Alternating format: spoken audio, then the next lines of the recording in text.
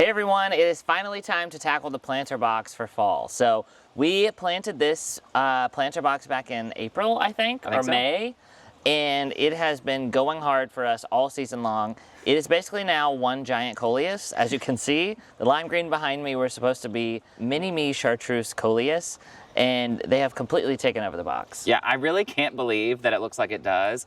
I think last month, maybe month before that, we showed you guys an update on it, and we had trimmed back some of the coleus, and then we took the verbena that were in there and trimmed those back because they had a lot of bugs. It really flushed out after we did that. The superbena looks really good still, and it looks super healthy. It's just not blooming that much because it's getting cool at night and things are changing. The coleus also bounced back and is like huge. I would say the coleus is literally like 4x4 maybe. It's huge. Which is crazy. Anyway, everything looks good, but it's starting to brown a little bit because the season's changing and we're ready to get it turned over for fall. Yeah, so we're gonna work on pulling everything out of the box, and then we're gonna go in with some fresh potting soil, top up with some land and sea compost, some biotone, and then we're gonna get some beautiful stuff in the box for fall. Let's do it.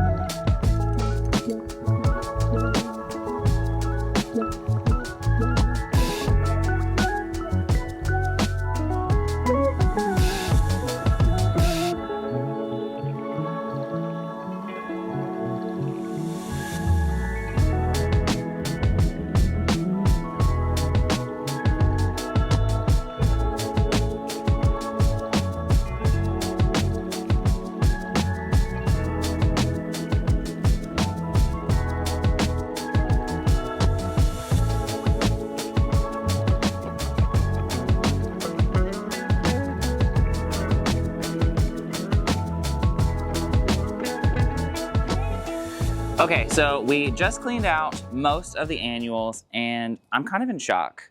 That's the craziest I think any annual has ever grown for us. The coleus, as you saw, were literally huge. They had like the biggest trunks ever and were really, really rooted in. We tried to dust off as much of the actual soil as we could so that we could keep that in the box because we're experiencing a little bit of sinking too. Which is pretty normal for like a raised bed, but it sunk a lot this year. Yes, it sunk a lot, and I'm assuming that that's because there was so much water and like so much, you know, of the natural environment was happening. Yeah. That of course it was breaking down as it was doing we that. did get a lot of heavy rain this year, but I will also say this is our first time with summer annuals putting the land and sea compost in with the potting mix.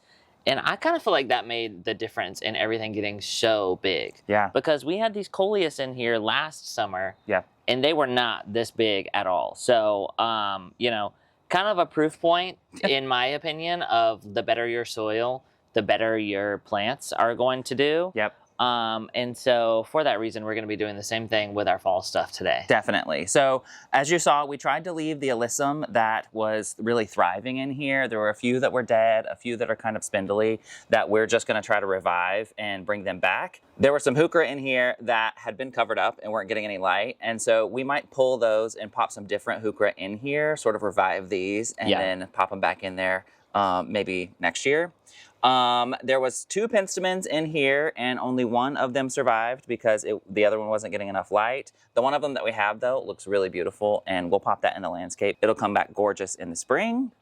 And then, oh, there was only one Gara left. The other Gara, like I said, same thing, was just covered up. So we'll pop that out and plant it in the garden somewhere. It'll come back in the spring and look great. So the Diamond Spire gardenias that you guys see in here are getting really large. And I don't think that the size of all of the annuals that were in here, it was sort of blinding us by how big the gardenias were getting. These are, like I said, Diamond Spire gardenias by the Southern Living Plant Collection. And they're reblooming right now. Yeah, which is crazy. I didn't realize that they would rebloom for the fall. Yeah, well, I guess they are. And this whole idea of this being like a scented garden is still working. And so these only get about 2 feet wide, but I think 4 to 6 feet tall. Yep. And so now they are starting to go up, which is cool to see. And they have sunk a little bit, so we'll probably try to lift them up as we replant the box today. Yep. But first, we need to clean up all of our mess here. I think last year, Brian actually scrubbed the boards here with a little bit of bleach and water mixture, which is safe for the plants, luckily. So that will help us clean, and then we'll come back with all of our soils. All right, let's do it.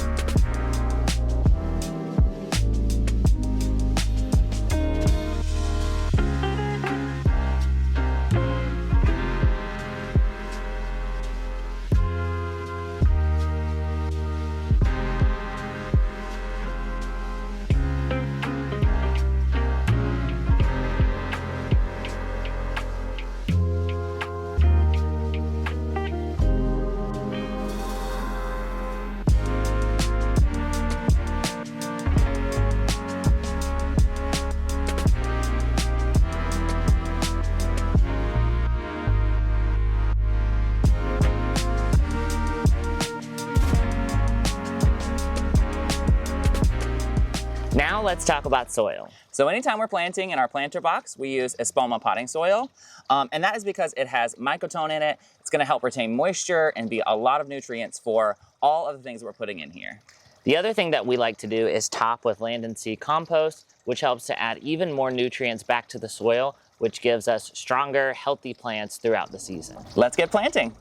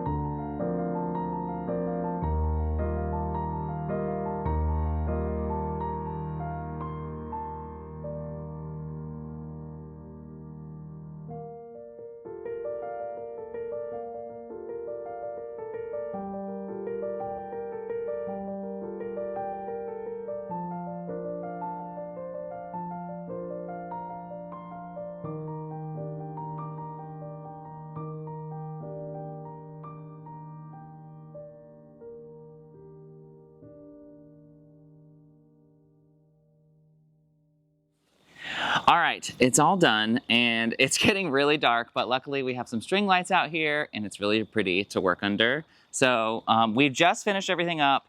We've got all of the cabbages and the kales from Greenville, and they're all looking so pretty. Those ended up being the centerpieces all the way down, and you can see these two tall ones sort of are like the crown jewel. I love those. They're so cool. Yeah, so I'm really happy with them. And then all the rest of the plants just sort of filtered in. Yeah, so we've got some Dolce Spearmint Heuchera in here, and some Spot On Pulmonaria, which kind of bring in that like icy green feel. And it's really kind of different too from the kale here because that is super blue. Yep. And so the Heuchera kind of balanced that out. And then we've got some New Look Dusty Miller. Brian was able to find some Dusty Miller somewhere, so score there. Yep. And then we've got 3 viola varieties that we grew from seed this year. We've got the Sorbet Pink Wing, Sorbet Lemon Chiffon, and Penny Purple Picotee. And I think the 3 of these look really beautiful together. Yeah. And I know for all of you people that love fall, this probably feels like a spring color palette, and it kind of is. Yeah. And we did that because we are going to be planting yellow tulips in here. And so this stuff will all last through those tulips coming up and blooming. So we kind of wanted to have that in mind as we're planting, but we'll get to enjoy it all winter too. Yeah, and honestly, I could use a little spring throughout the winter. Yeah. So this will be our gentle reminder that it's coming. But that's it for this project. We had planned to plant a few more annuals, but we're running out of daylight. And honestly, this is a huge project, so I'm so glad that it's done. If you guys enjoyed this project and this video, be sure that you give it a thumbs up and subscribe to our channel. Until next time, from our garden to yours, we'll see you soon. Bye, guys.